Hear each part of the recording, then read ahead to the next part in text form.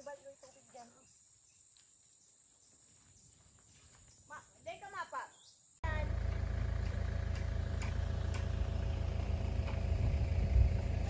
Alam mo, Bes, ang ganda ng araw ngayon.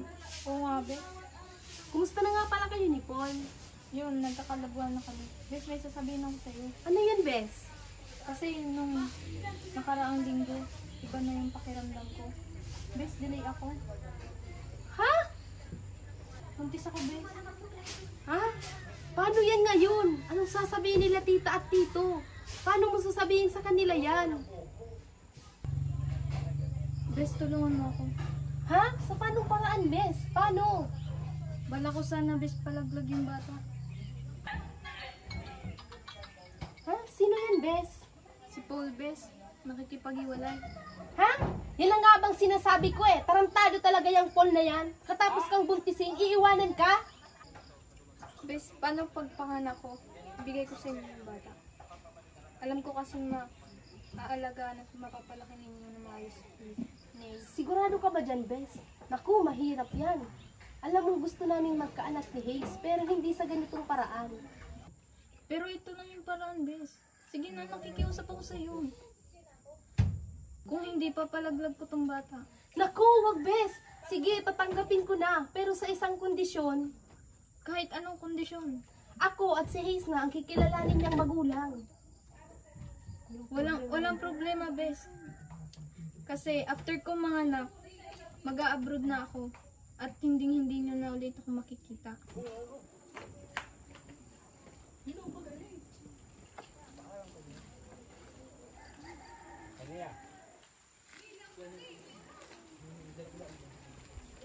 Ang saya ng araw natin ito, mga anak. Oo, ma. Sana araw-araw ganito kasaya. Ma, may bibilin lang ako saglit. Sanya? Han, halika na. Aalis na tayo. Teka lang, Han. Sandali lang. Bakit? Parang nakita ko kasi si Sanya.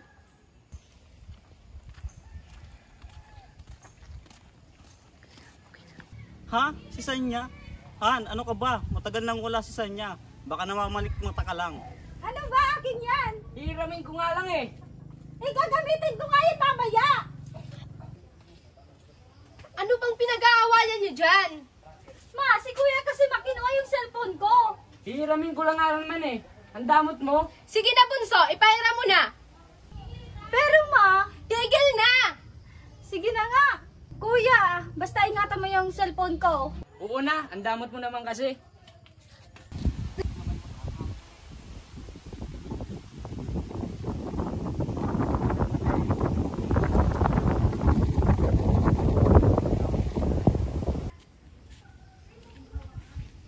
Sanya?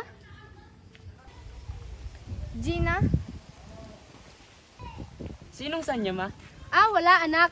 Tara na nga, ma.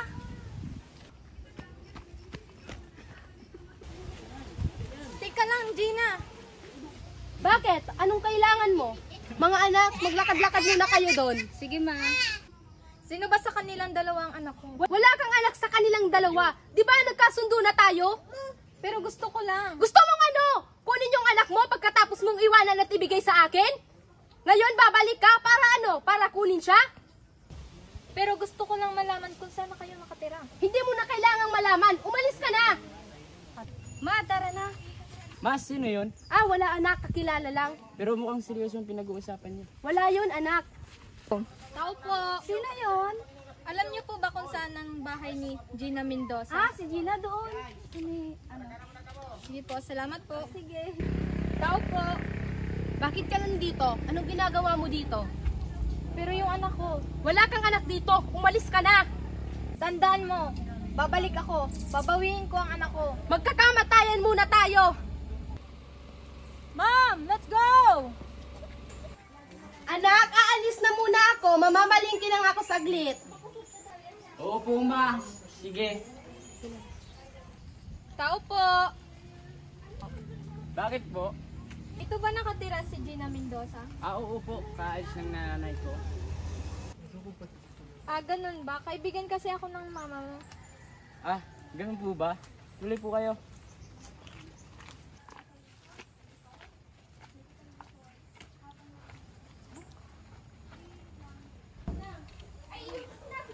Anong pangalan mo?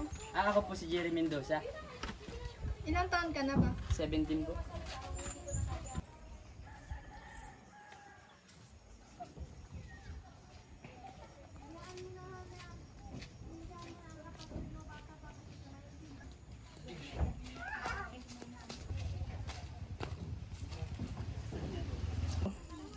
Oh, ma.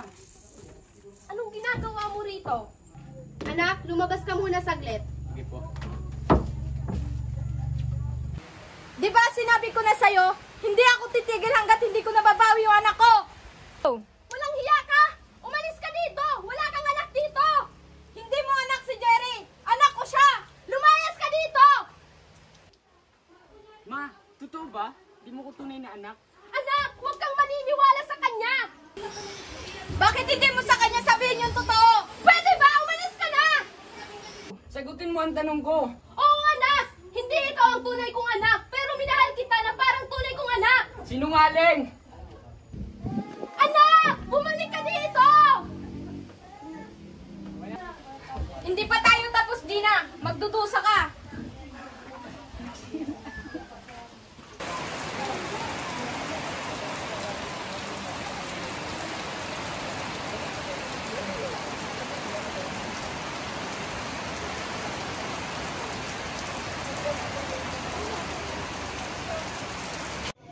Hello, Mitch. Pwede ba tayo makita ngayon?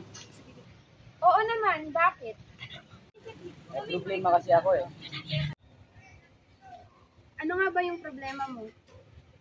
Nalaman ko kasing hindi ako tunay na anak nila mama at papa eh. Ha? Paano nangyari yun? Nalaman ko lang. Hello, James. Gusto kong patayin mo ang tunay na anak ni Gina.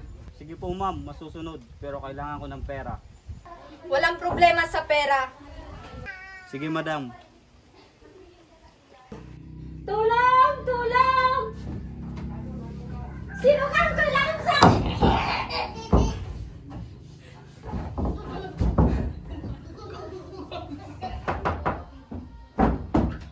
Sino yan? Kayo po ba ang magulang ni Lexi Mendoza? Oo, bakit? Huwag po kayong mabibigla. Bakit? Natagpuan ng inyong anak dito sa barangay ng kalsada ng kuko na wala ng buhay. Diyos ko! Ang anak ko! May suspect na ba kayo sa maaaring pumatay sa inyong anak? Meron na at siya lang ang kilala kong may galit sa pamilya namin. Maaari niyo bang sabihin ang inyong pangalan? Siya si Sanya Cruz. Sigurado ka ba, Han? Oo, sigurado ako Han, kasi siya lang ang may galit sa pamilya natin. Kung ganun po ma'am, kailangan natin makahanap ng ebidensya laban sa kanya. Ma'am, thank you ma'am, ako itutuloy na. Thank you, sir. Thank you sir. Good afternoon sir. Inuhuli ka na namin sa salang pagpatay kay Alex Mendoza. Wala akong alam dyan! Sir, maaari niyo bang sabihin kung sino ang mastermind sa pagpatay kay Lexi Mendoza? Si Tanya Cruz po, sir. Sir, mauuna na po kami dahil maghahain pa po kami ng warrant of arrest laban kay Mrs. Sanya Cruz. Sige. Mauna na kami, sir. Sige po, ma'am. Maraming salamat. Maraming salamat. Mrs. Sanya Cruz, inaresto ka namin sa salang pagpatay kay Alex Mendoza. Wala akong kinalaman sa sinasabi mo. Sa presento ka na magpaliwanag. Ano ba? Wala akong...